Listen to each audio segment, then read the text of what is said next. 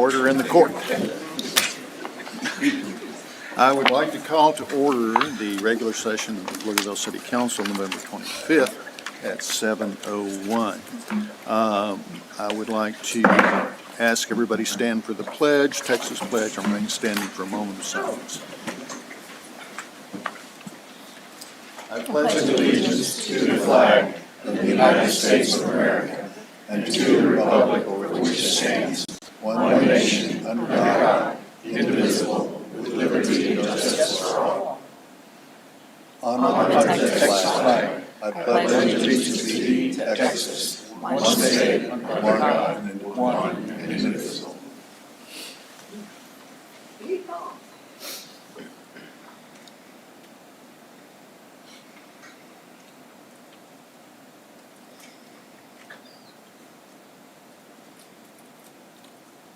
You may be seated.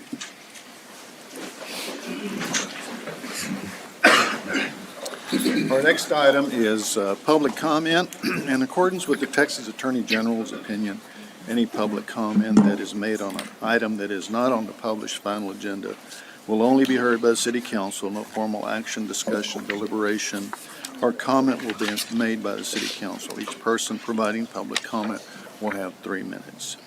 I have Kathy Rickenbach. Never had this.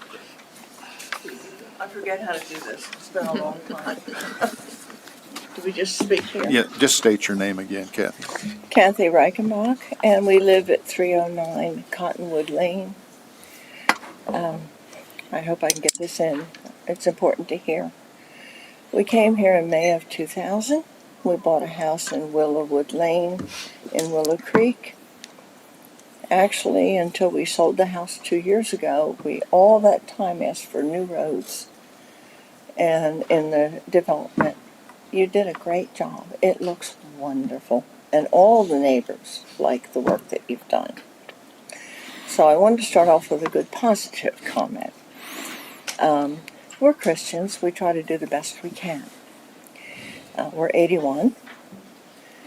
My husband's company went bankrupt 2 years ago. We lost hundreds of thousands of shares of stock. That was our kind of retirement. So we're living on Social Security, and we're happy. We have a positive attitude about being good neighbors. We like our neighborhood. We moved up to the Saxony neighborhood because all the streets were wonderful.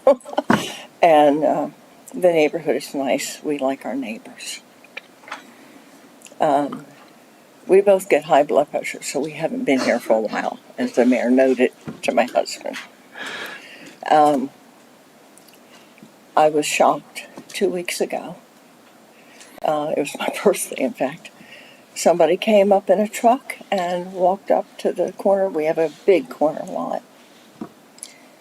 Because we can't afford the water rates anymore, I've been growing flowers. God has been growing flowers. And they're all over the place. And so we've enlarged all the flower beds. And then we took flowers. We dug up all the grass I have. I can only do it 1 to 3 feet a day. But I dug up all the grass from the sidewalk to the street. On both streets. We're on the corner of Cottonwood and Rocky Creek. And they're beautiful. They look nice. I gave David Rogers pictures of some of the flowers along the street. We wanted to be good neighbors, and we didn't want to complain about some other things. We wanted to do our part for the city. The man who drove up in the car put a big X on the corner wheelchair ramp. I have a crushed spinal cord. I have lots of damage. I have Sjogren's disease and lupus. And everything's damaged. Hip, spine, everything. I have a wheelchair. I have to use it. And I've been so sick this year that I'm going to have to probably use it a lot more. He said they were going to come and rip up the wheelchair ramps that are great. I mean, they look fine. We got the ADA guidelines. They meet all the requirements. And I couldn't figure out You may go ahead. Go ahead. Finish. I couldn't figure out why the city would tear up in Saxony. It's a great neighborhood. The streets don't need repaving. The wheelchair ramps are all really, really good. And so I called up my councilman and I said, which I knew, I don't know most everybody now. And I said, why are they doing this? What? And then they said they were going to tear up the sprinklers and tear up part of the flowers to make a real wine. And I said, I don't know why. And I got out my wheelchair to make sure, yeah, I could get up mine just fine. We went down the street where they put in the new ramps. My arms are not strong enough to get my wheelchair up over the bumps. And not only that, but when I got out of the wheelchair and I was walking around, I almost tripped and fell over anything that's not flat. I have a tendency to fall on because my muscles in my legs are very weak. And I wanted to implore you. Number one, we knew nothing about this was going to happen. Nobody that I've talked to knew about it. One neighbor across the street told me about the streets that are going to be replaced. I said, why? Railroad is so horrible. Applewood's horrible. Pflugerville Parkway is horrible. I hurt every time I go on those roads. But our roads are fine. Anyhow, that was my comment. I just wanted to beg you, please don't waste money doing things that aren't. Willow Creek looks beautiful. You did a great job. There are many others that do. Madam City Manager, am I correct that we are working with legal counsel to make sure that we have all of our ADA requirements and we're looking at this issue and the staff is currently diligently reviewing all of our options and requirements around this? Yes, and we've postponed the project until then. Thank you very much. Pat McCord.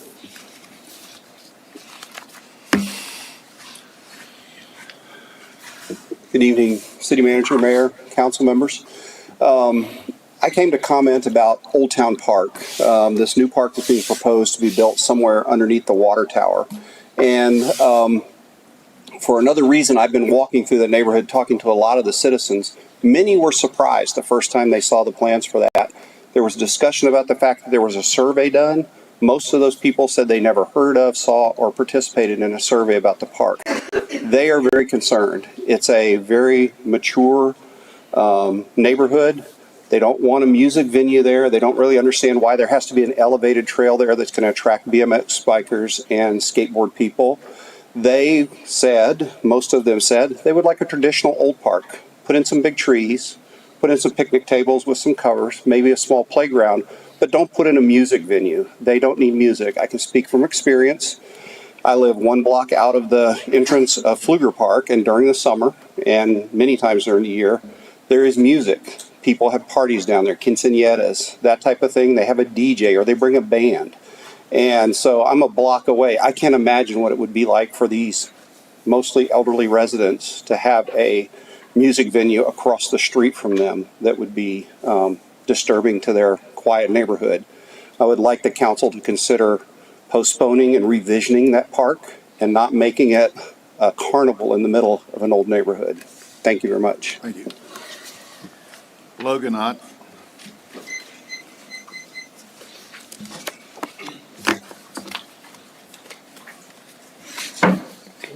Good evening. My name is Logan Ott.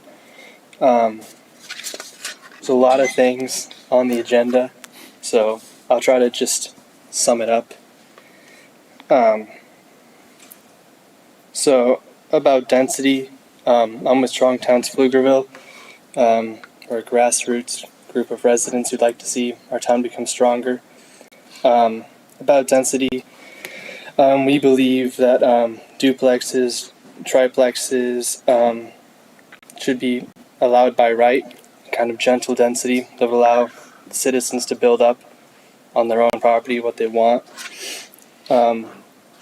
We think that single stair reform would be great in permitting smaller, more efficient buildings instead of requiring 2 staircases, basically only needing 1. And I believe that's for like 3-4 stories and higher, something like that.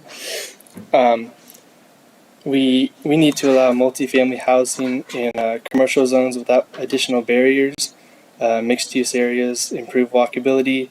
They support potential transit corridors, and they create more lively corridors. We should permit no impact home-based businesses by right. These often generate very little noise, very little traffic, and other disruptions that would, affect the neighborhood. Maybe medium impact could be up to HOA decision, something like that. We should start permitting ACUs, accessory commercial units, small commercial spaces that can be on residential properties in the same way that ADUs are. We need to create streamlined permitting and pre-approved building plans for ADUs to, again, assist with residents improving their property. And then parking minimums. We would love to see parking minimums go away, and of course, not at once, hopefully phased out. That could even go into a parking maximum.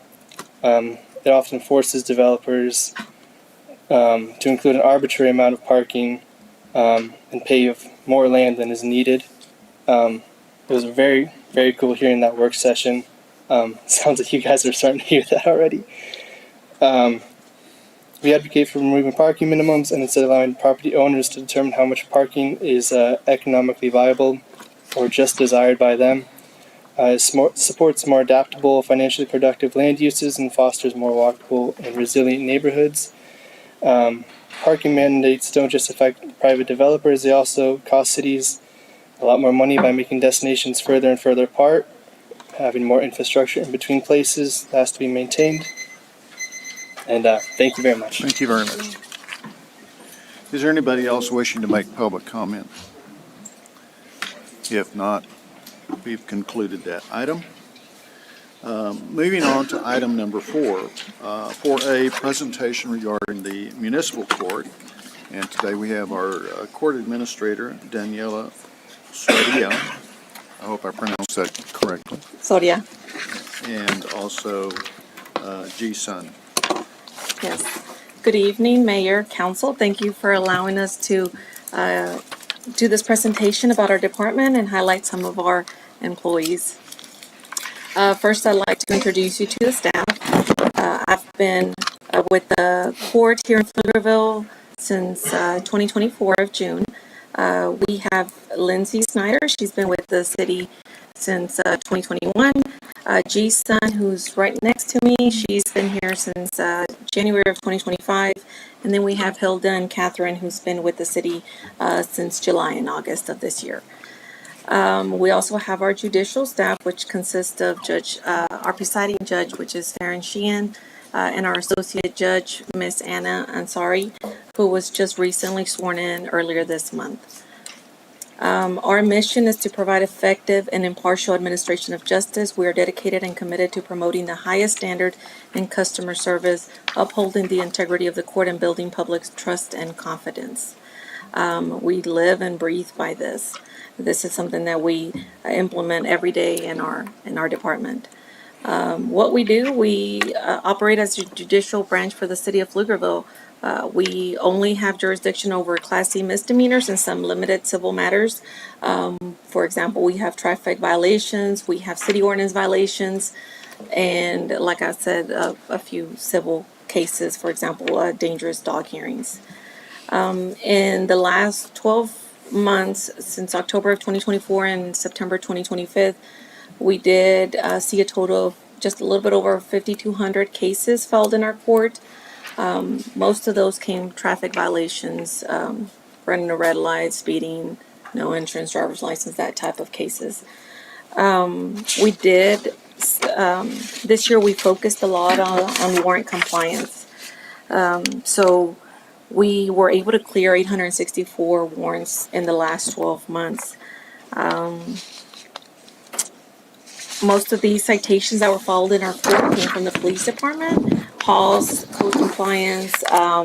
We recently started seeing citations being filed by our park rangers as well.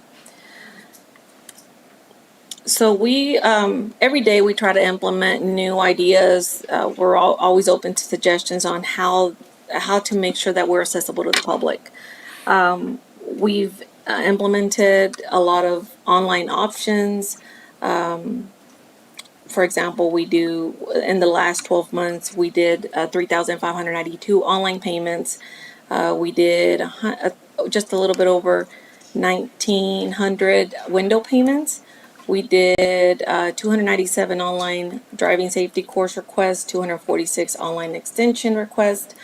With us focusing a lot on the warrant compliance, we did send a lot of text messages. We noticed that the text notifications was working. So we actually increased our text notifications by 41% compared to last year. So a total of 30,966 text messages were sent out in the last 12 months. One other thing that I did not add to this slide was we also implemented the ability for defendants to go online and request court. Prior to us doing that, defendants were having to take the time to come to our window, put in a in-person request if they wanted to be set for court.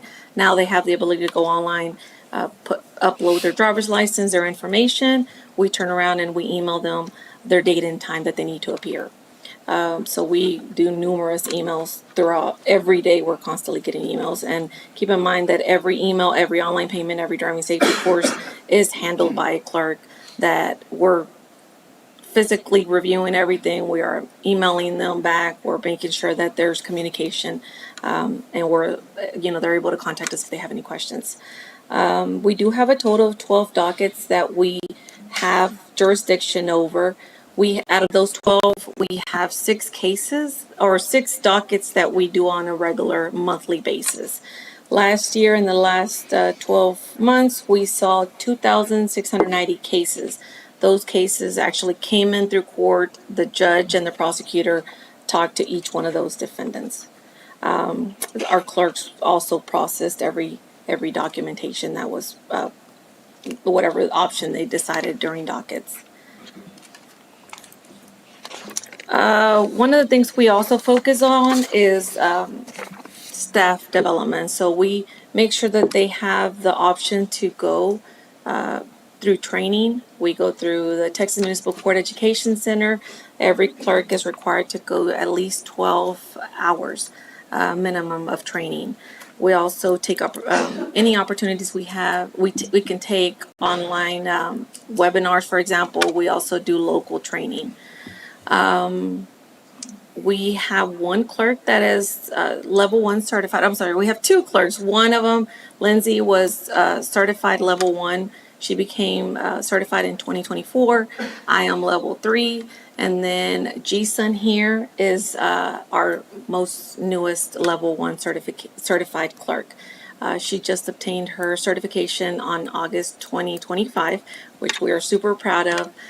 We have our newest clerks who are going to be going to the testing in December of 2025. So we wish them luck. We always push on education. Education is power. So and knowledge is power. So we always try to push for them to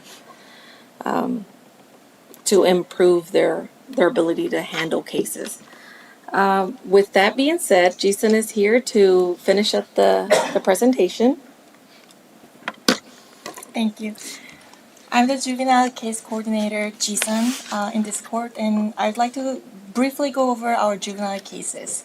So as of September, we had 71 new juvenile cases filed in our court, and there were 6 failed to appear, and 12 signed up for diversion, and 25 teen court, 18 received deferred disposition, and 6 driving safety course, and there were 4 convictions, meaning the juvenile either chose to pay and close the cases, or it was an unsuccessful diversion.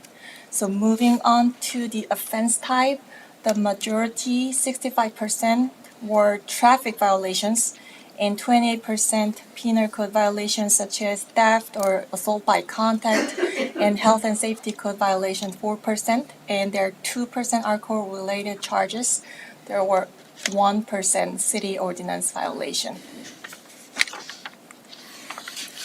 I'd like to introduce two juvenile programs that our court runs. The first one is Youth Diversion Program. So as of January this year, our court officially adopted Texas Youth Diversion, also known as Early Intervention Act.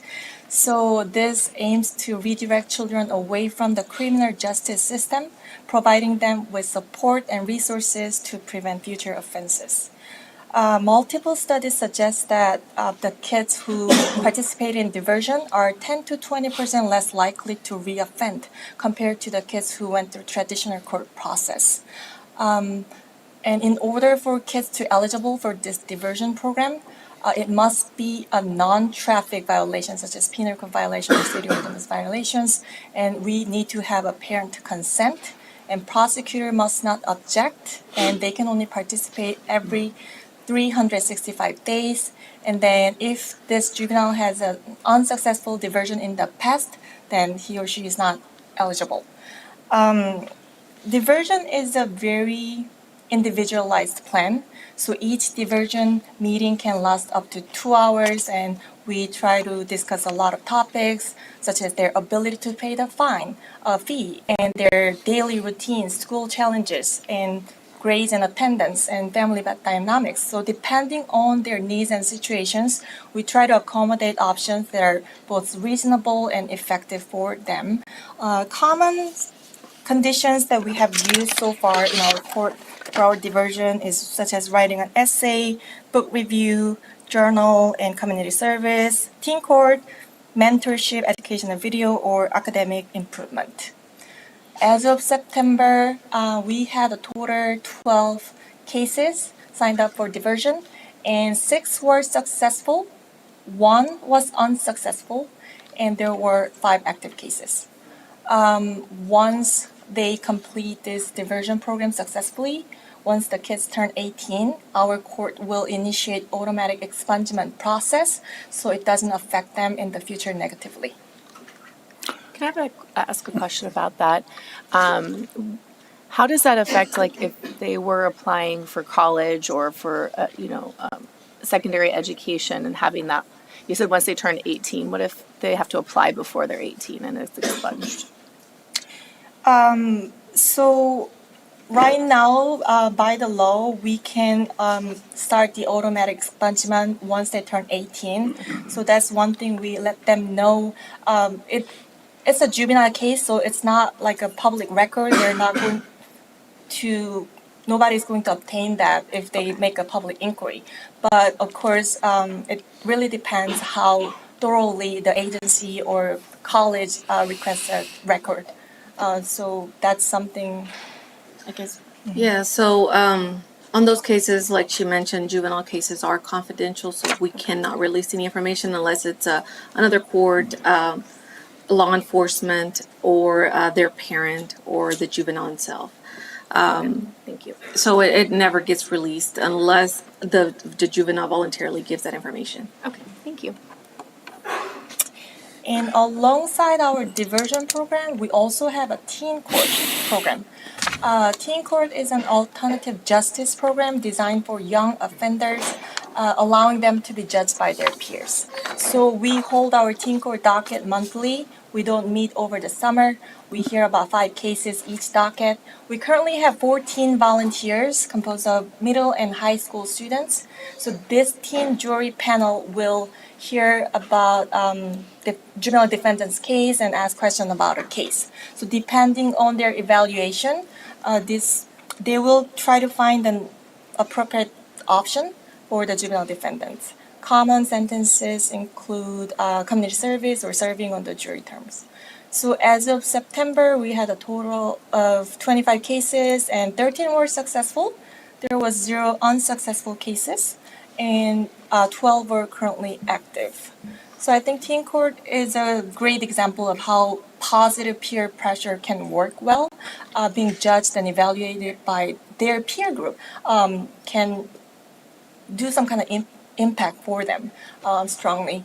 And also, it's great for their leadership skills because they have to speak up in front of others and articulate their thoughts in front of other peers. Both diversion and teen court require a lot of work and efforts.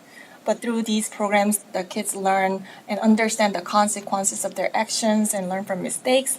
And I think most importantly, the kids learn that we care, the system cares, and we are so invested in helping them grow by giving them a second chance.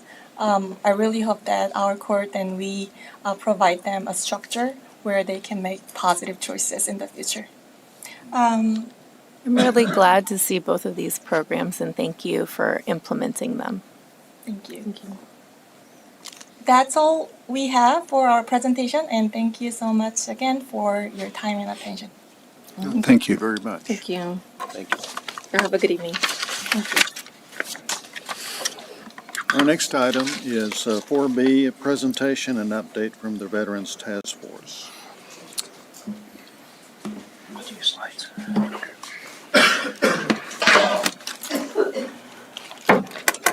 Good morning, council. Good evening, mayor, council members, and city staff. My name is Mark Lee. I am the commander for the Disabled American Veterans and also for the chair for the task force. Thank you for giving the Pflugerville Veterans Task Force the opportunity to provide tonight's update on organizational progress, community impact, and upcoming needs. We appreciate your ongoing support for the veterans and families. Call Pflugerville their home. Tonight, I'll walk you through some important developments within our organization, highlight the veteran-focused programs taking place across the city, and present key requests that will significantly enhance the services available to our local veteran community. To begin, I want to share a leadership update.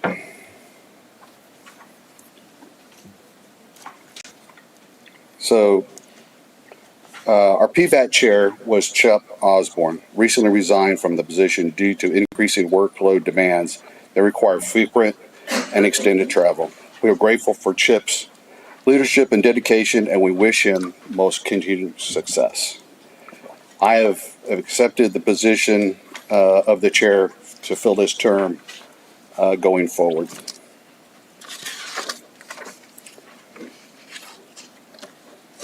Next, I want to highlight a major milestone for PVAT. We've officially received our 501(c) tax-exempt nonprofit status. This opens up new opportunities for grants, partnerships, and fundraising, allowing us to expand the programs and services we provide to our local veterans. In addition, PFAT now has a finalized logo, which are currently being registered and trademarked. This formally brand helps us strengthen our identity, unify our outreach efforts, and establish credibility within the community and our partner organizations. We continue to collaborate across several projects designed to honor veterans and improve access to our services. With these, we are partnering with the Pflugerville ISD to install signs at the Pflugerville field. This way it'll be easier for our veterans to communicate because it'll have a logo on there and it'll have its website, so they'll be able to contact us easily. We also applied for the Texas Veterans Commission FY27 grant, which if awarded will provide meaningful support to our veterans and families in need throughout the Pflugerville area. So this type of grants provide for emergency services such as utilities, rides for veterans to appointments and such. Let's go to the next slide. Next, we are proud to recognize two veterans who were honored with the 2025 Congressional Veteran Accommodation. Chief Master Sergeant Deb Schmitz, U.S. United States Air Force, retired, presented by Congressman John Carter, and Sergeant First Class Alan McLeod, U.S. Army, retired, presented by Pete Sessions. Both recipients have shown mission readiness, not only in their military careers, but also through their ongoing service in the Pflugerville community and its veterans.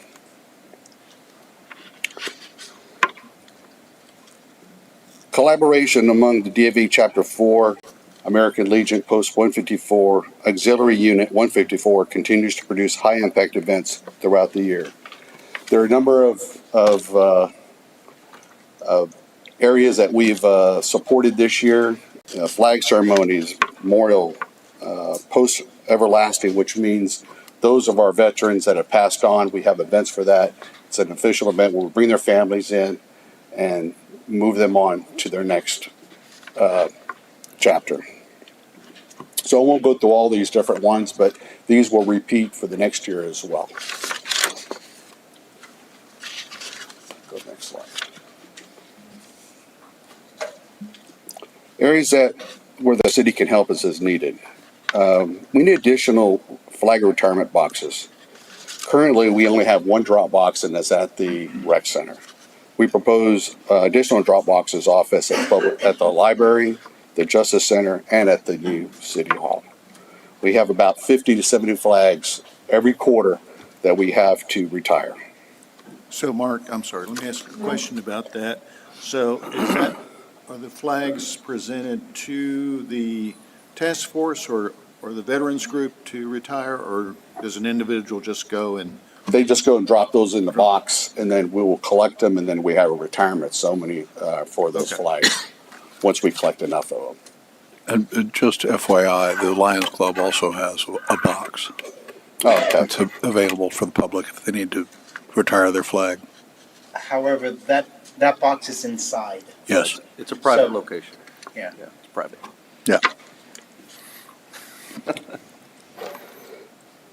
Okay, next is a quarterly veterans community meeting. So what we would like to request here is to hold a quarterly meeting for public meeting for veterans to come. So like have a meeting here in the Justice Center where we can open up to all veterans to come and talk and present their needs, because we don't have a place for that at this point. So that's a request that we have today. The next is we have some updates on the city website. We found some different things that could be updated that are going in, pointing to the wrong locations within the city website. So we Mark, can, real quick, I know the flag box at the Recreation Center was donated by, what can I say? EVS Metal. I didn't know if I could say their name or not. But if you could get us an idea of how much another one would cost, that way going forward, if we're going to put one at the new City Hall or at the library or something like that, we kind of have an idea of what we need to spend to be able to put those there. Okay, we can do that. We'll also look to see if we can have these flag box retirement boxes donated as well. Okay. I have a question about the meeting space. So is the rooms at the library, is that not a viable option? It's I'm going to say it's not a viable option, but it's a limited option. Okay. As far as times? Right times. Okay. The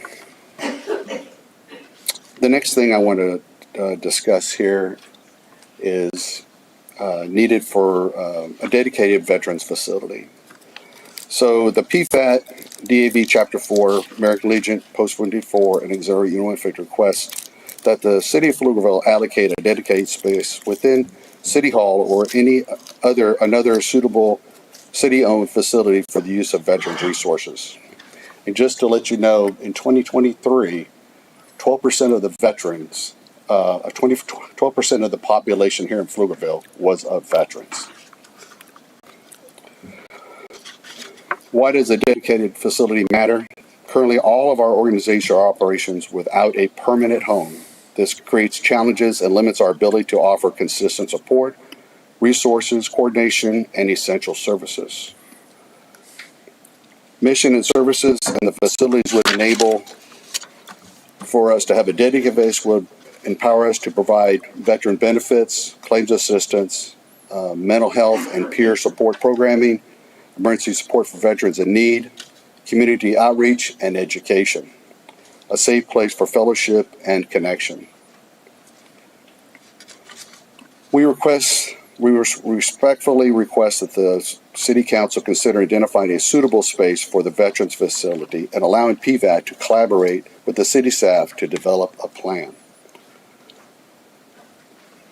Thank you again for your continued support of the Pflugerville veteran community. We are proud of the progress made this year, and with the city's partnership, we can expand programs and services that honor and care for those who have served our country. We are happy to answer any questions at this time. I'd like to make a comment. I know that the veterans play a significant part in the city of Pflugerville and all the visibility they have throughout the city, which I think is important, the different events and activities. And I just recently talked to the mayor of Hutto, and they did in fact lease a building which they owned, but will not have use for the next 10 years. So it'll just be sitting there, and they're leasing it to the vets there for $1 a year. So, you know, I know that the Hutto vets talk to the Pflugerville vets, and certainly I think that's something we definitely need to take a look at. I appreciate that. Dripping Springs has something very similar done by their city council as well. I'm just got to say, I'm blown away by your logo. I don't know who did that design, nice. but they did a great job. And I'm continuously impressed with how self-organizing and autonomous you guys are. You didn't need us to run your organization. You're perfectly capable of running it yourselves, and I'm very impressed. Thank you. We want it to be unique. They're veterans. What do you expect? Nothing but the best. We want to be unique to Pflugerville, and what's unique to Pflugerville is that water tower. Alan, did you design that logo? Yes, he did. We all did. You all did. Okay, We all very did. nice. Excellent work, gentlemen. Thank you very much. Thank you very much. Appreciate it.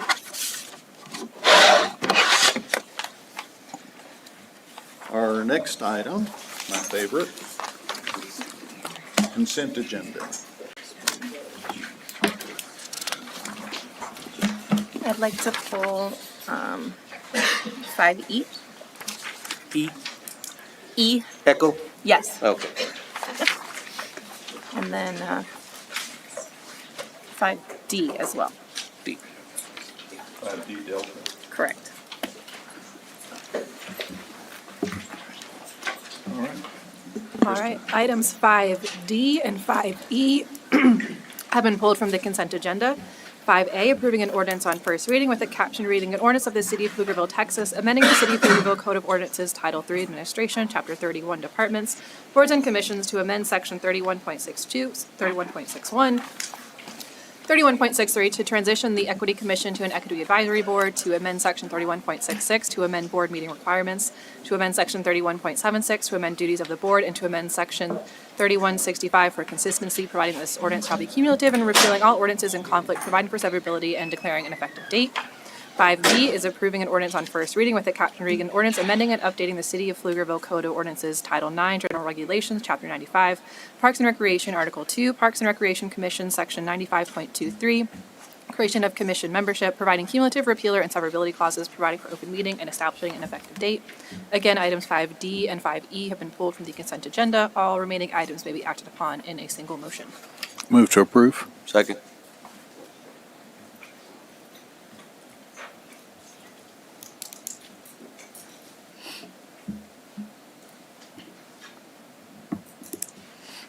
Okay. All right, motion carried. Thank you. Excuse me. Our next item is 6A, conduct a public hearing regarding the Community Development Block Grant Consolidated Annual Performance and Evaluation Report for Program Year 2024. Dr. Turk. Good evening, Mayor and Council. Tonight I'm presenting the Consolidated Annual Plan Evaluation Report for the Community Development Block Grant. This report has been posted to the PflugervilleTX.gov website and covers accomplishments and progress towards the consolidated plan goals made in the program year, which covers October 1st, 2024 to September 30th, 2025. This is a report we submit annually in compliance with HUD requirements.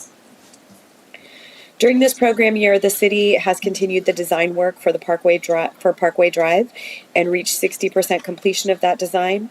Additionally, the city finished and closed out the streetlight project that put in the infrastructure for future streetlights to be installed by Encore for Windermere and Edgemere subdivisions. 19 scholarships were given out to Pflugerville residents. 17 of those were to low to moderate income youth and 2 to seniors. 6 residents received funding for workforce training and support services such as transportation, like gas cards or bus cards to get to and from trainings. And in total, for the program year 2024, $304,316 from CDBG funding was expended. This report will be presented to the Planning and Zoning Commission next week. It will come back before City Council for approval on December 9th, and then it will be submitted to HUD prior to the December 29th deadline. Council, any questions? Thank you. Thank you for continuing to do the work in that neighborhood. And my understanding is that because we haven't had any take up on the workforce scholarships, we won't be moving that forward next year. Is that correct? Correct. It's an option for the future, but for the next program year, it's not listed as part of that, part of the next year's cycle. Could you elaborate on how you're going to, are there plans to reach more youth and senior citizens to have these scholarships to participate? Yes.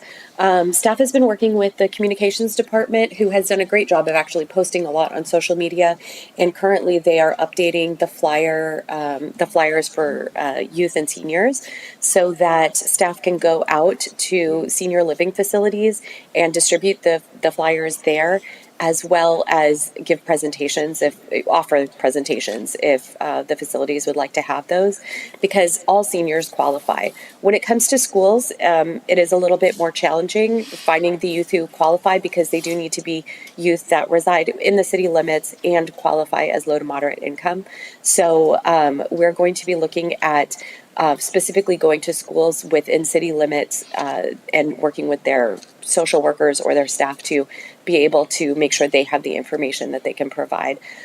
We also work with Parks and Recreation staff to make sure that they know that the scholarships are available when, when they see the opportunity present itself. Thank you. Thank you.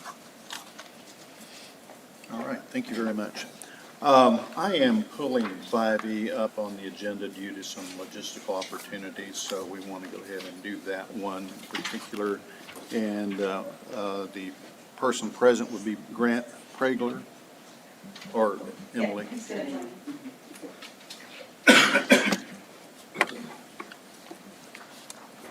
So we did send in our weekly updates some responses of the questions that were from last week. So if y'all are interested in a presentation, I don't know if you're interested in presentation just yet, or if you have questions, what would you like to do? I sent forward some items that I was concerned about. I'm not sure if you received those. We did. Okay. That's right. And so Okay. we'll cover those. Thank you. Yeah.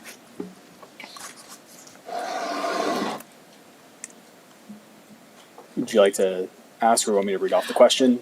I can ask.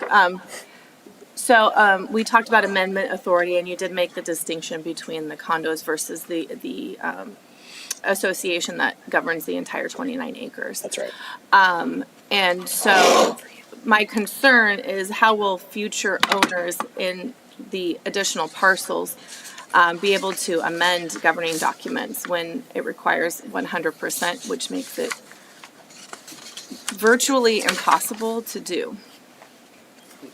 Right, so sorry, 1 second.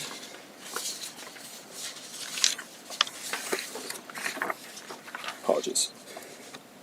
So, while there are some 100% thresholds, really there's only one, that certificate of formation, article number 4 is 100% in the master covenant documents. That is the only 100% threshold that we have throughout the POA documents. That one's at that level simply because it is such a high bar that we want to set for plaintiffs' attorneys bringing suit, because that's the powers that the association has. So we don't want it to be that the association can just on a whim change what they're doing and change the ability to bring suit in certain claims that they aren't able to at the outset. Okay, so it's about future possible claims? Yes, Okay. that's the only 100% threshold. Yes. So, I mean, but in practice, 80% and the 67% basically also make it nearly impossible to make it. So we just don't want any amendments is. No, but we want to set certain threshold barriers for those amendments for the key amendments. So, like, for instance, changing anything in the association certificate of formation, certain amendments for assessments. We don't want there to be just an ability to have a simple majority. We want it to be thought through. We want it to be a super majority. Okay. And then what is the expected end date or trigger for the end of declarant control when it turns over to the city and other owners? Sure. So that's a 25-year development period. Oh, okay. It can be terminated sooner by the board. It could also be extended, but it's 25 years set out in the documents. It can be extended. It can be. Okay. And who? I guess I missed the 25 years when I was I can point you. the 200 pages. No, absolutely. Okay. I can point you to it if you'd like me to. Okay. I can pull it. You can send it later. Okay, no problem. Is there a specific criteria that would allow it to be extended? So where the rest of the owners do not have the abilities? It can be extended by the board as they please. Okay. And then are there any requirements or protections in the regular or special or additional assessments that would be assessed on future owners? So that there's some predictability or understanding of what those assessments might be and how they can increase over time? Yeah, absolutely. So Exhibit B to the Master Covenant sets out the assessment allocations, the units. And it's basically set up in a way right now, and will continue to be set up in a way where the city will have the majority at all times. So with predictability for the city and not incurring costs or budget items that weren't accounted for, the city will have control over that and retain certain rights that allow for it to have predictability throughout the entire process. So I understand that the units are how it's divvied up as far as percentage, but I'm talking about as far as cost. Yeah, so there's budgets that are set out each fiscal year at the beginning of the year, or prior to the beginning of the year, excuse me, that will account for regular assessments. They will try to account for, they can't account for special assessments because those come up elsewhere, but service area assessments, regular assessments, those are budgeted for and estimated beforehand, before each year. Okay.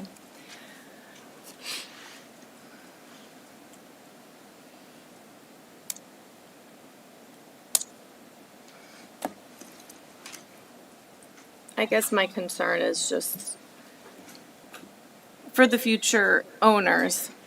It seems like for a very long period of time, they really won't have any say as far as being able to vote for who's on the board, because the board sets the budget and determines the assessments. Is that the situation? It is, in terms of who is set on the board in the beginning. The declarant, the city, is setting that forth during the development period. At the beginning, you will appoint whoever you want to be those three members of the board. With that said, they have a fiduciary duty to the board and to the association, and they will work to effectuate whatever the governance documents set forth.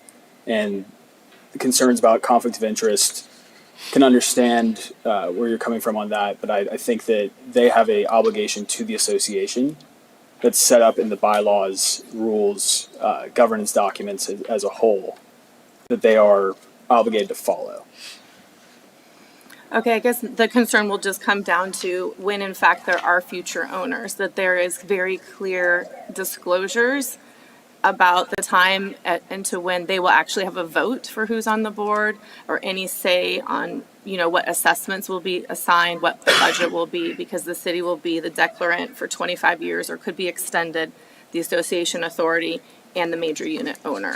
So basically, if you come in and you're going to be a future owner, you have limited say or input or vote over any of the association charges that will be levied on you. Is that a fair statement? It is in that the declarant has those controls, but they work for the betterment of the association and the property as a whole. Okay, thank you. Ideally. Ideally.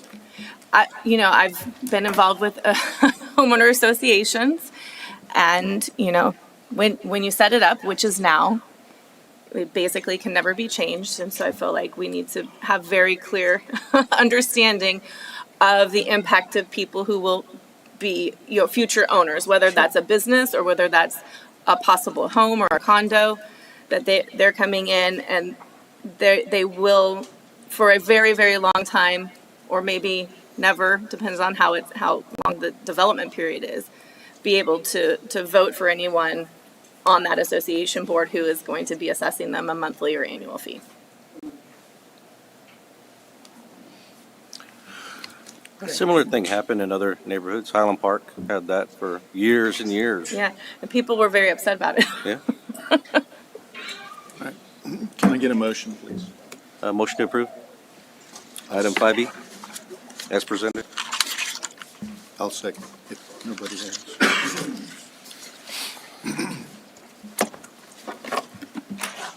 Thank you all.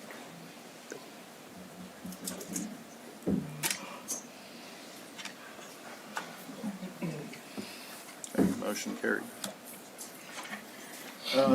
Moving back to the regular agenda, discuss and consider action to approve an ordinance on first reading with the caption reading, ordinance of the City of Pflugerville, Texas, granting the use of a portion of city property by easement and right-of-way out of the Caldwell West Survey Number 66 and located at 16430 Cameron Road in Travis County, Texas, being a portion of said 161.9175 acre tract of land described in the warranty deed to the City of Pflugerville, Texas, recorded number 20151652000 of the real property records of Travis County, Texas, providing cumulative repealer and severability clauses, providing for open meeting and establishing an effective date.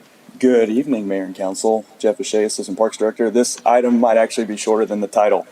So this is simply an encore easement for 1849 Park Phase 2, which, as a reminder, is our baseball and softball fields that are coming online pretty soon. This is an agreement between City and Encore, necessary part of the improvements project.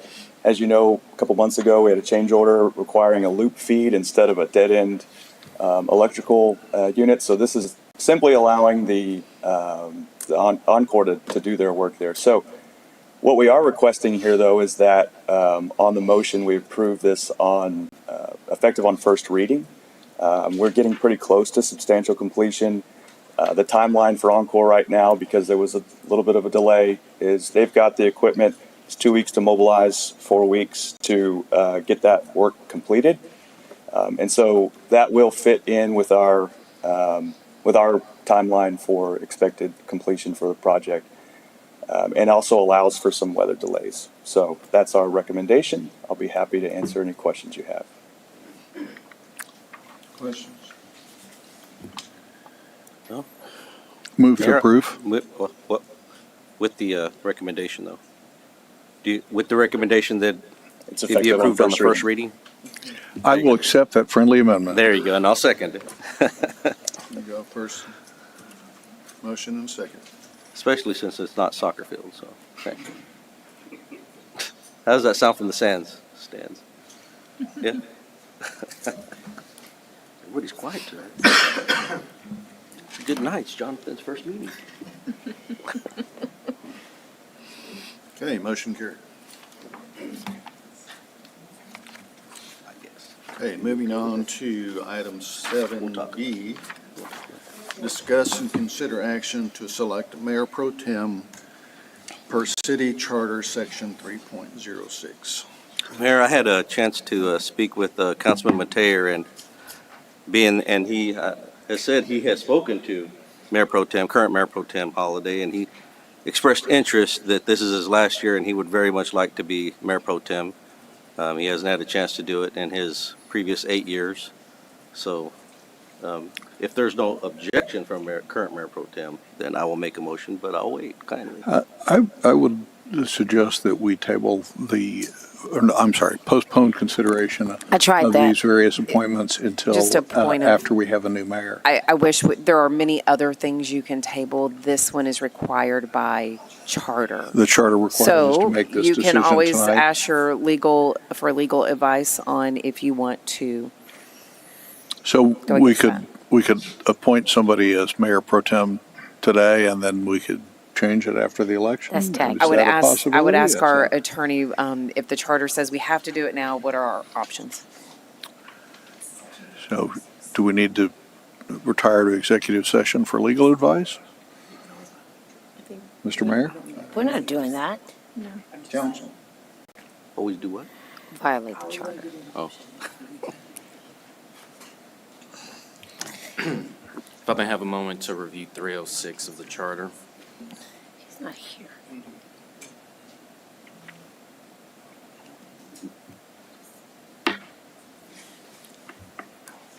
I don't have a problem postponing it.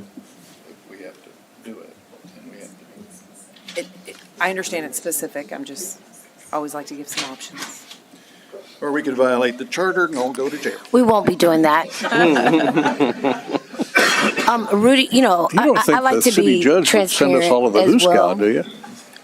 If I may, Rudy did speak to me about this. Rudy was under the impression that this would come up once our new mayor was in the seat, and yes, so he wasn't even expecting it to be on the agenda today. The mayor pro tem is in place for when the mayor is not present. This is more than just a title for me. And so I have been very open this evening with everyone because he's probably had a conversation with most people that he's not here tonight. And so I did ask if this could be postponed because I would like for him to be here. I do want to operate in integrity, but I don't think it's a good idea for us to violate the charter, and he is not here this evening and was not expecting this to be on the agenda. Yeah. Yeah, so there is some explicit language. The mayor pro tem shall be a council member elected by the council at the first meeting following the canvass of each regular election. So we did have a regular election. This is the first meeting following. But we have one more canvas, right? Yeah.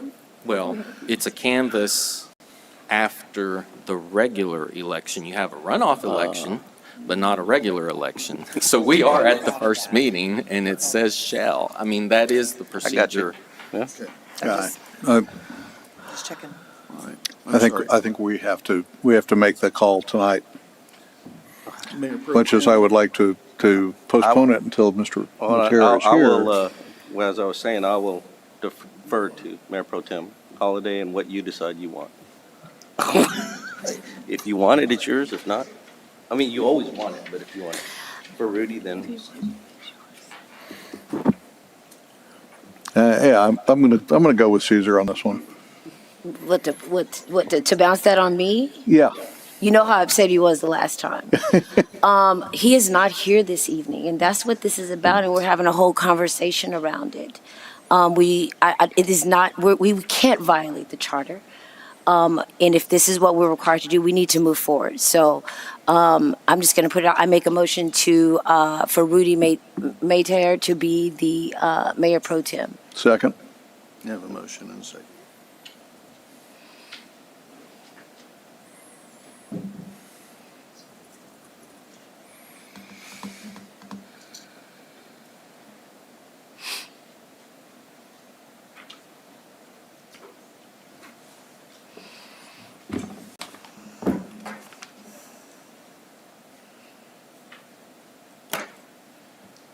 Motion carried. Thank you. Thank you. Mayor He's Pro not Tem. here. Was that, okay, all right. All right, I moving think we on. misunderstood what you wanted. Yeah. That's good. Right. Okay. It's fine. Seven, Did I get it backwards? I'm sorry, what? Okay, if we need to change our mind, this is the time to do it.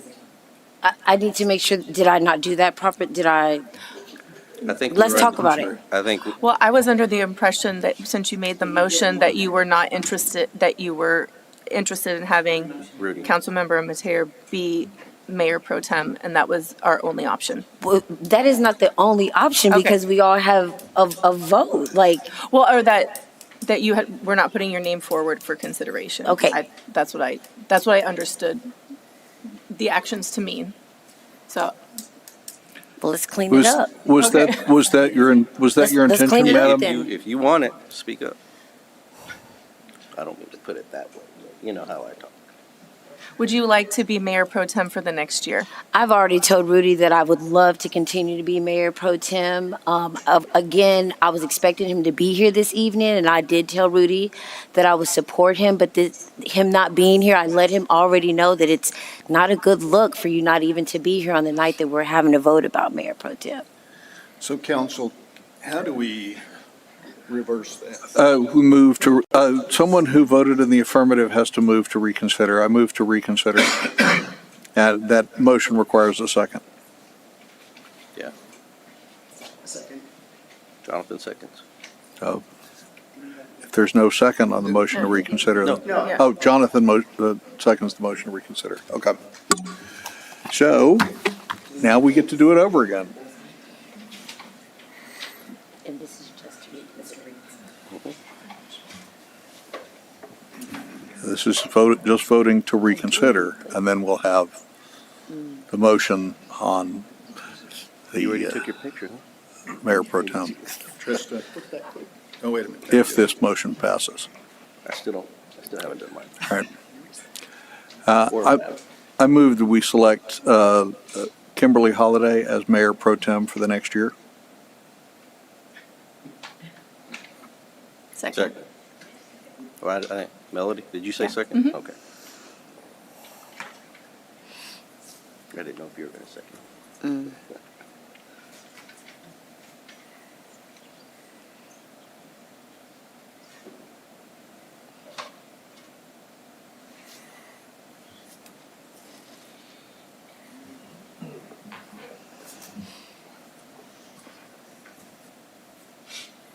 Motion carried. There we go. All right. Welcome back. So item number 7C is review representation, discuss, consider action to appoint 3 representatives to the Capital Area Council of Governments and to the General Assembly. And Councilman Rogers, I would like to postpone this one as Mr. Wise, who is formerly on the council, was a member and on the executive committee and on track to be chair. I agree. And I'd like to wait for the pending the election to move on this item. Second, the motion to postpone.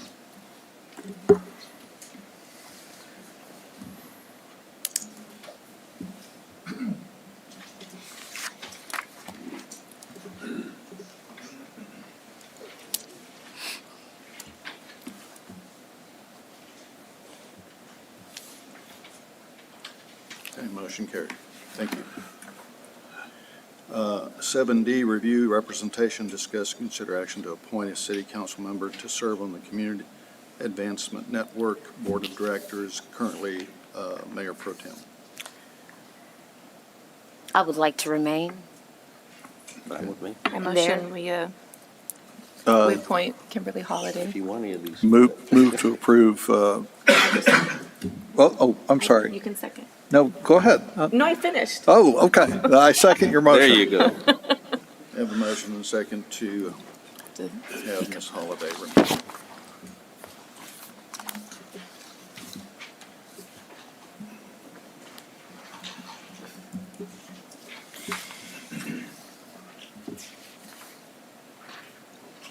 Motion carried. Item 7E, discuss and consider action to approve a resolution appointing a City of Pflugerville representative to the Central Texas Clean Air Coalition of the Capital Area Council of Governments, currently Mr. Ruiz. Although I have enjoyed attending as few meetings as I possibly can over the past 2 years, I do not want this, so Okay. open to any of y'all. I move to postpone this until after the election of the next mayor. That's fine. Sounds good. Second. Either way, you're not going to get me on it. We might. Motion and a second to postpone.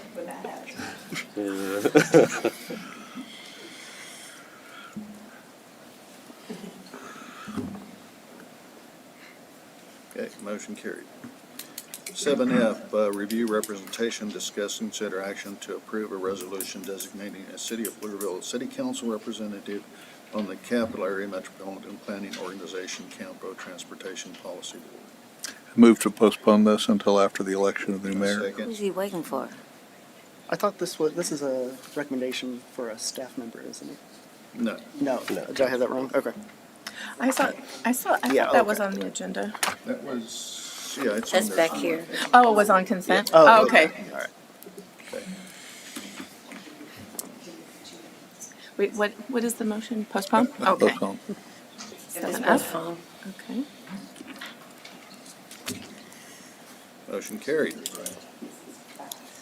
7G, review representation, discuss, and consider action to approve a resolution appointing City Council Legislative Subcommittee. Move to Do you really postpone want to? until after the election of a new mayor. Why? Why? Why? Are we I mean, we don't need postponing to, everything? we don't need to postpone every one of these. The mayor might want to be on the committee. The mayor might have some input about who should be on the committee. I think the mayor, whoever the mayor is, should have some input on that. Me? So my motion is to postpone this until after the election of I'll the new second mayor.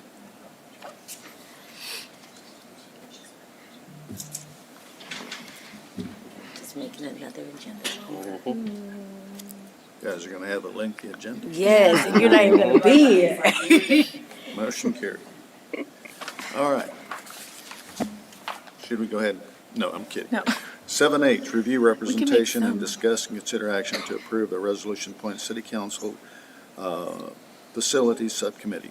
I would like to remain. I'm kidding. I was about to ask, can you? I am like interested whatever. in joining this committee. I would like to remain on this. Okay. Wait, I'll make a motion.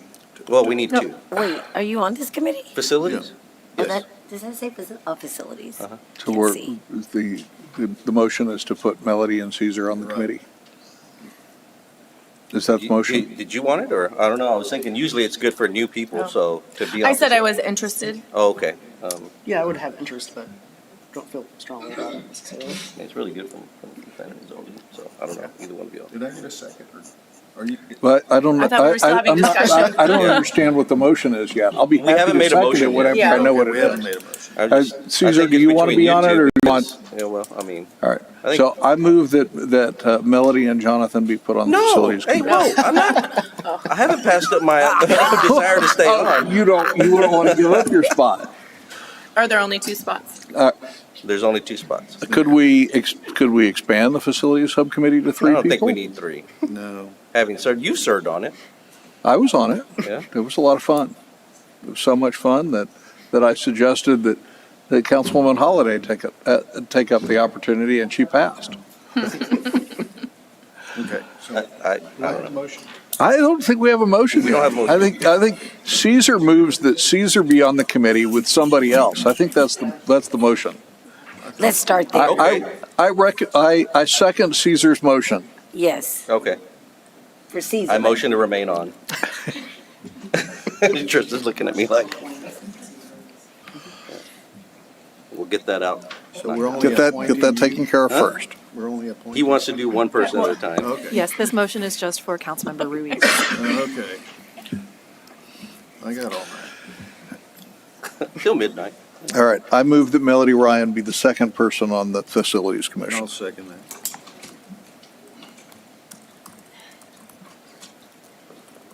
Well, what do you want to do? Thank you for me. What do you want? Jonathan, did Oh, I thought he You want said public safety. No, it's okay. No, it's not okay. So, Fight for what you got. Motion carried. I think Jonathan would do that. Where was I? Okay.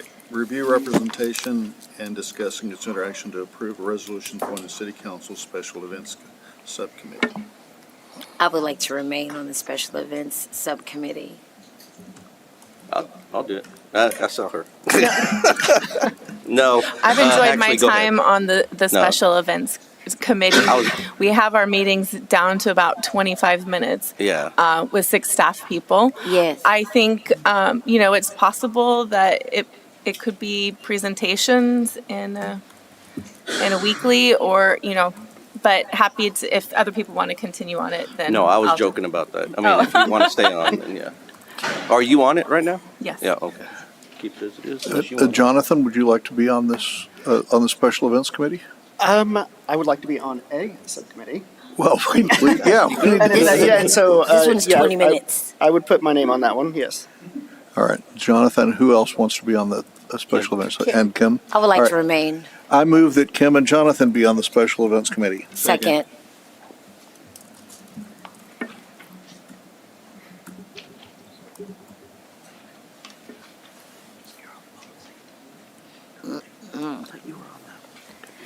That's Doug and Rudy. Oh, okay. Motion carried.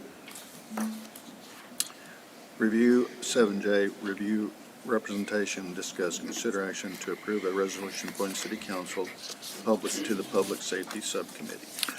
I would move that we postpone this one until after the election of the next mayor. Second. All right.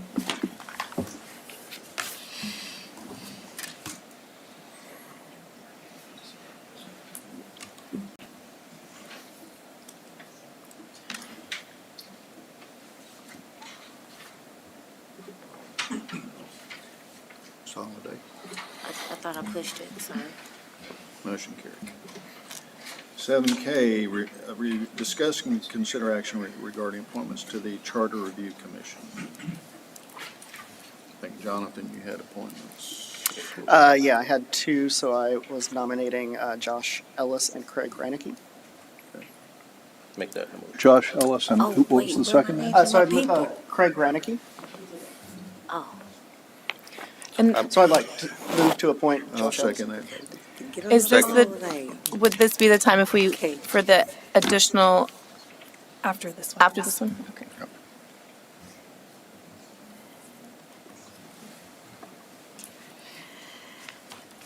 Motion carried.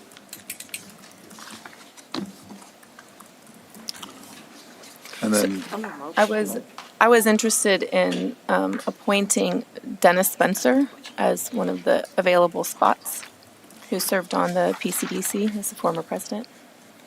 second. So, hold on. Then we won't have an odd number.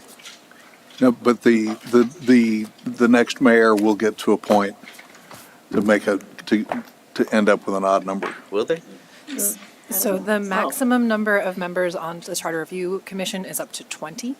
And so with this appointment, there are currently 3 openings. Any remaining openings are approved by the majority of council. So the next mayor would not automatically get, correct, since, I guess it wouldn't be automatic, but I would assume that we would. well, I don't assume, because I don't think we need that many. I We don't would give think we need an extra we would person. give the mayor that courtesy, I would assume. I wouldn't. Well, it's allowed to have up to 20, so therefore I believe that means both even and odd number of people can be on the, there can be an even or an odd number of people on the commission. true. since 20 it's up is to an even 20. number. I personally believe we have too many as it is, and too many mouths, too many people can muddy the waters, and I think we need to leave it as it is, but, I mean, if y'all. Well, there's also a point to say for additional stakeholders to have their voice being heard. So I'm not sure that I agree that having additional perspectives muddies the water. But we have plenty of people, stakeholders, who have their voice being heard. I mean, 17? yeah. We have a lot of people who are having their voice being heard. Additionally, sometimes there are situations where people do not attend, and then we don't have full participation of everyone who is. So we have three openings, okay, so it would be up to the council as a whole to, Correct. Any remaining has to be approved by the majority I of would council. move to postpone this action until after the election. So I do want to point out Well, at that's that not point, even on the agenda, never there mind. will already have been 2 charter review commissions by the time that next council meeting comes around. But are you saying they would have But already after the started the election. meeting? Are they not allowed to join late? They are, but they Yeah. missed the organizational meeting. They missed the first substantive meeting. Well, it's a conundrum because if one person wins, they haven't appointed any. But if the other person wins, they've already appointed 2. Well, right now we have, what do we have? We have 17 right now? And with Melody's proposal, there would be 18.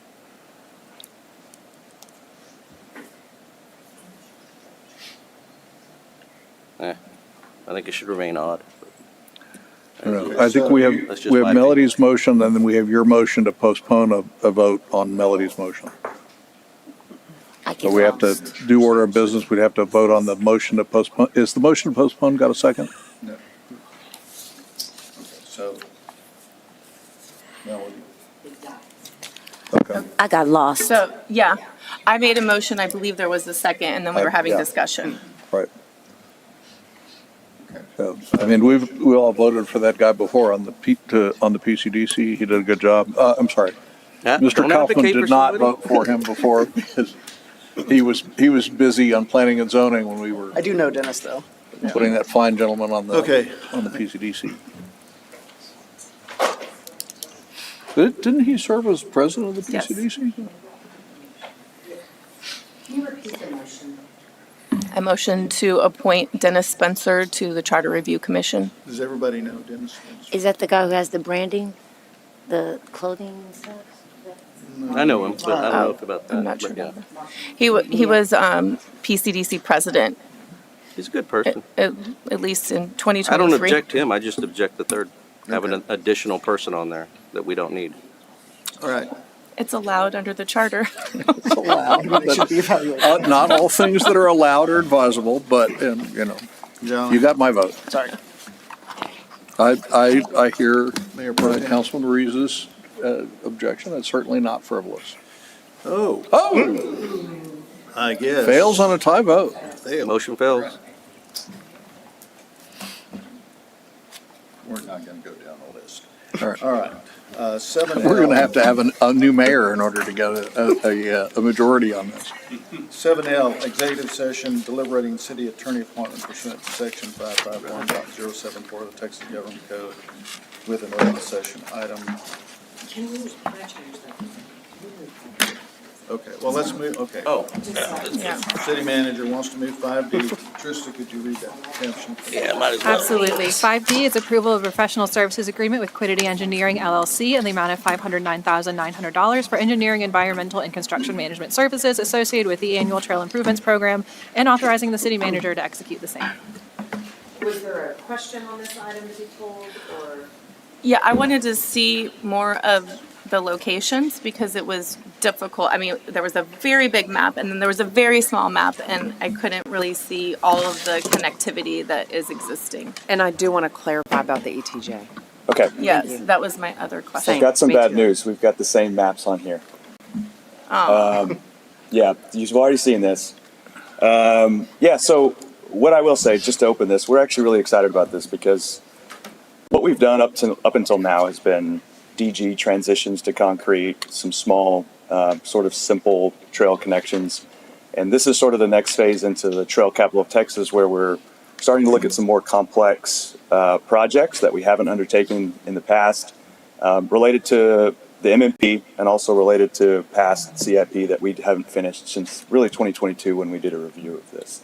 Like I said, you're still going to see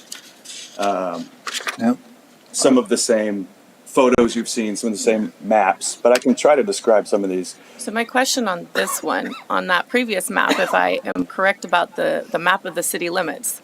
This is in the ETJ, So this is outside the city limits. outside city limits. So our I guess- MMP, so here's what I'll say. Our MMP has projects inside and outside of the city limits. Obviously, I think there's about 40 projects that we've reviewed from past CIP and from the MMP. About half of those are going to be built through development. So those are going to be required when development comes through. The other half are either we fund them or they don't get completed. That includes projects in the ETJ. And so this project, like I said, is in the ETJ. We do have flexibility with this contract with Quiddity to shift these projects around, not just for this reason, but also if we get into surveying, a project looks like it's going to be a lot more complex than we thought, because they can give us their OPCs. It can come back, construction costs look a lot higher than what we thought when we actually get out there. So we can move some projects around. We can move ETJ projects to future years, but like I said, we do have some projects on the MMP, the approved plan, that are not within. This is a floodplain, correct? And this is a floodplain. Okay, so nothing else will ever be built there, more than likely. Correct. So what is our obligation to build trails in the ETJ where they're not paying the property, the taxes? Yeah, so I guess a little philosophical. So the MMP looks at regional connectedness. It doesn't just look at our city, so it looks at, a couple of them I think are regional connections between City of Austin and City of Hutto. This one is right near our, so if you look just south of where this is, you can't see it, but Kelly Lane is right there. So there's some connectivity between the folks on the northeast side of this photo to what will future be Kelly Lane Park. There's also connections for the folks on the south to the, I'm not sure what the middle school and elementary school are called up there, but there's some connections up there. So this is providing regional connectivity. And Rio House. Yeah. Near there. And so. But this is an expensive one. This is probably, it's not, well, we don't know. This would be a little bit pricier because of the floodplain review, all the environmental studies, all you have to do, all the things you have to do for that. So potentially, and we have other projects, like I said, within city limits, if we choose to move this one to a future year or sort of deliberate ETJ projects. And the neighborhoods on both sides of this project are not in the city. Correct. I think it's both connecting Avalon. Correct. Mm-hmm. So and is this city-owned land? Or is this HOA-owned land? City-owned land. Yes. That's parkland.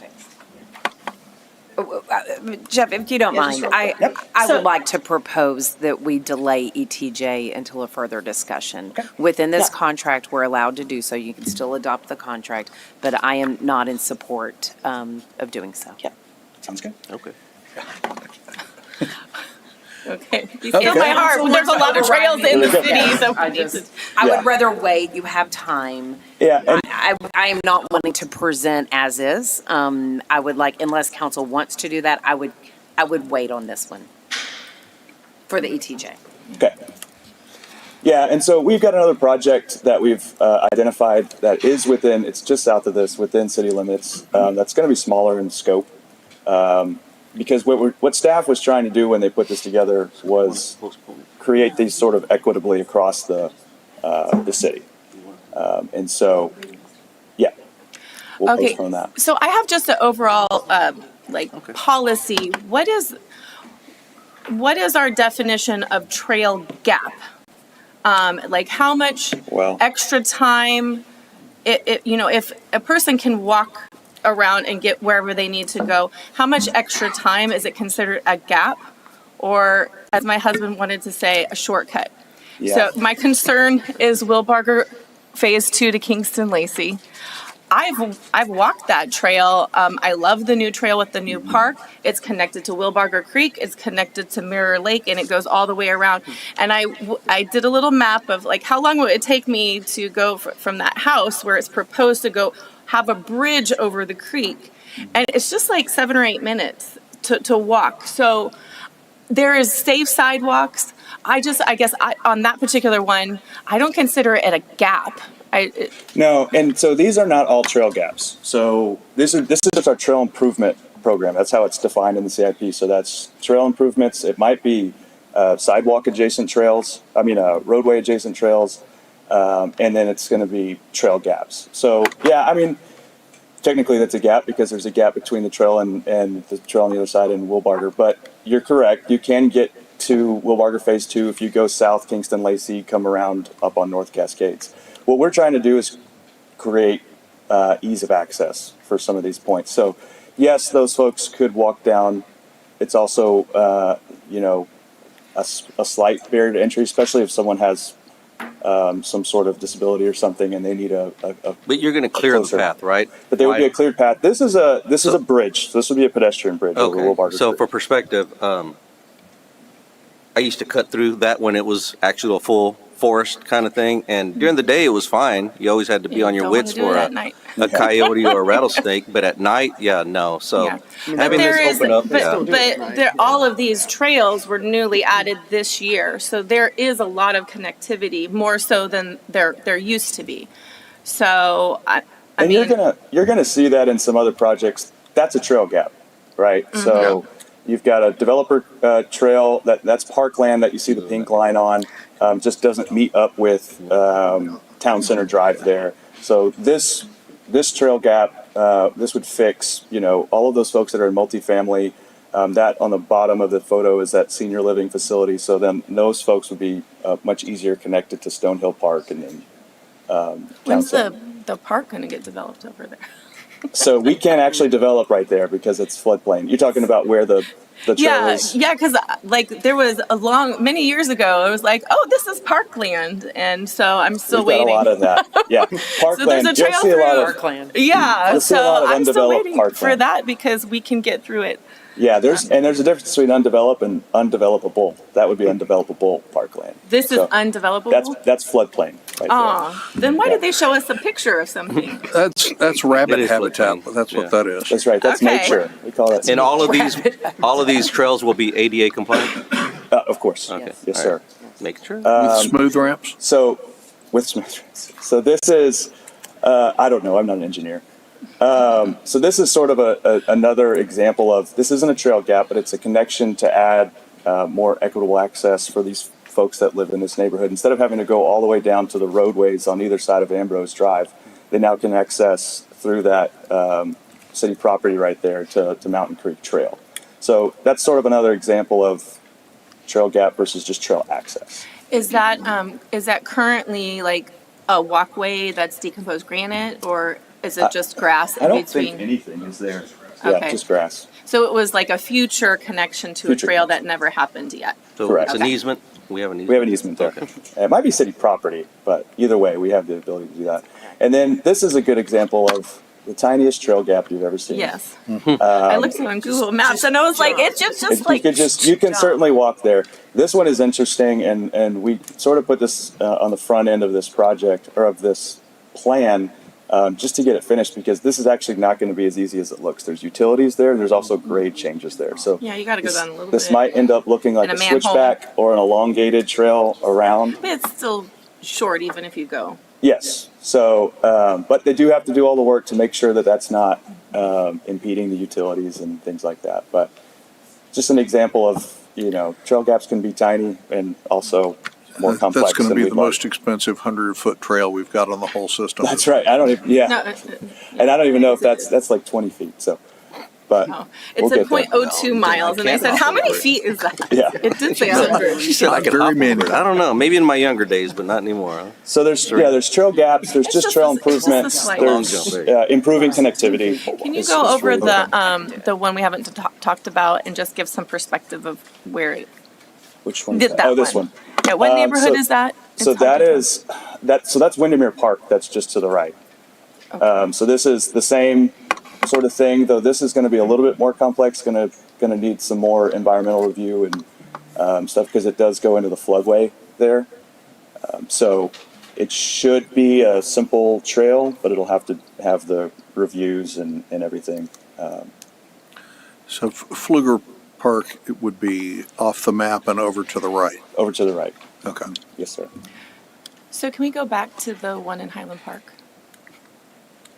So is there an alternative location that doesn't require a bridge? Not until you get all the way up to Wilbarger North. Yeah, that whole area floods. Okay, because like there's the bottom of Mirror Lake.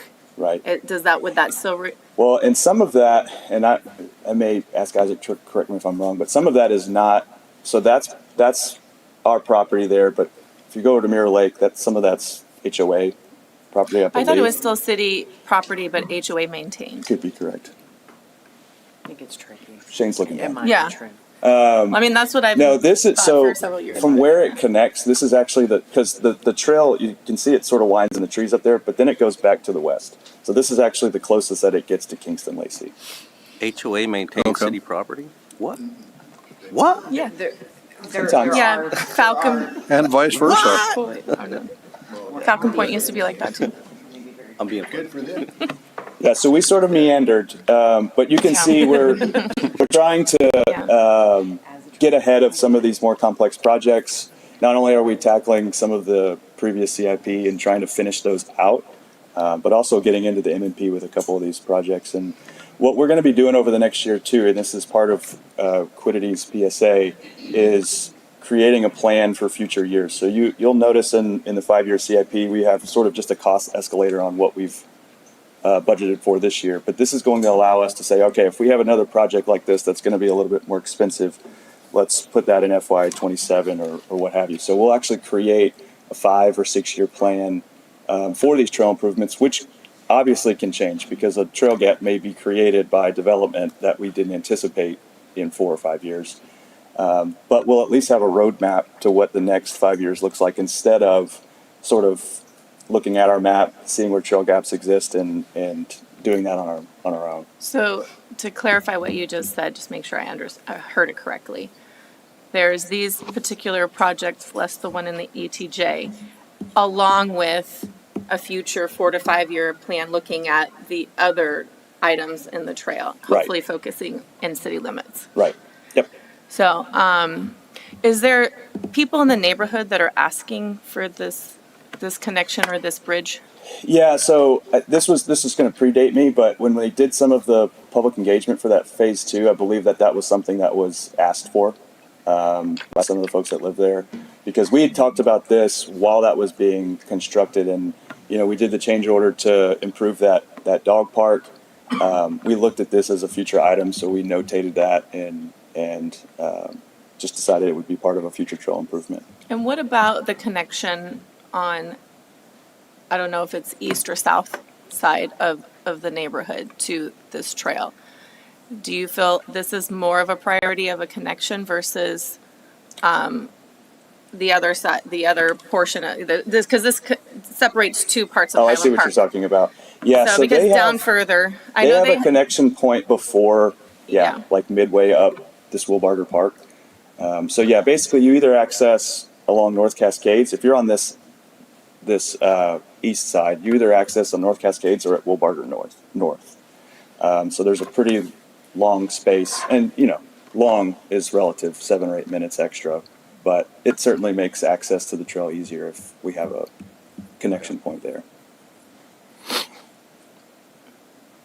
And the engineering portion, or this contract, is part of the annual trail allocation in the CIP. And then I'm just assuming then the remainder of the budget is for construction. Construction, correct. So what happens when the cost estimates come in, and what if they're more than the rest of the budget? Then what's the decision making of which projects move forward?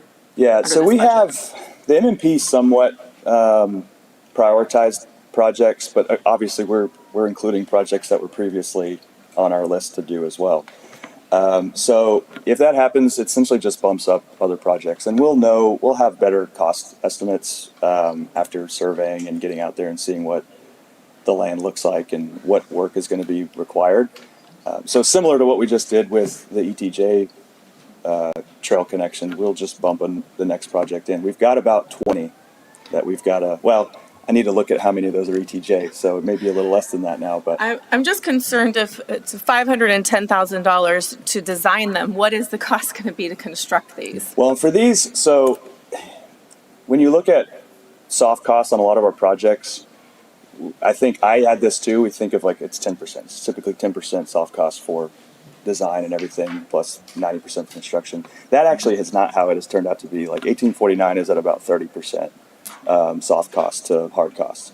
And so what we're projecting right now with all this engineering, surveying, environmental work, all the stuff they're doing, compared to the construction costs, it's about 36% of the budget is soft costs compared to hard costs. So 1.5 million? Right. And so like if you're comparing that to 1849 construction costs a lot more. This is sometimes more engineering than construction, just because like that's probably not going to be that hard for a contractor to put that bridge in. It's just going to take a lot of work with FEMA and the waterways of the U.S. and all those groups to make sure that we can do it and do it the right way. So some of those, sidewalks, they really won't be that expensive to construct, but when they're in the floodplain, when they have other factors like that, you've got to do a lot of the preliminary work. So we're pretty confident now. I think since 2020, it's hard to gauge construction costs, but this team we've worked with on all of our park bond projects, we're really confident in their ability to deliver on the work they're tasked with. And so we're pretty confident we'll be able to do that, but we'll also make responsible decisions. So to clarify, this contract is time and materials, or is it a set price? It is a not to exceed. Not to exceed? Mm-hmm. So it could come lower if we've removed a project, but Yeah, you could also... may have just been lowered with that first project. We'll have to see. But yeah, it's not to exceed. Okay, thank you. Yes, ma'am. Motion to approve. Second. Now, just to clarify, are we all in agreement that it doesn't include the ETJ project, or how? To be super safe, you could add that to your motion to say all of these projects within this contract will be within the city limits. That makes it more firm. I'll accept. Is that what y'all want? Okay. I'll Would make you that accept that friendly amendment? Okay. I don't remember who made the motion. I in the did. second. Caesar made the motion. Oh, okay. The friendly amendment is excluding all projects in the ETJ.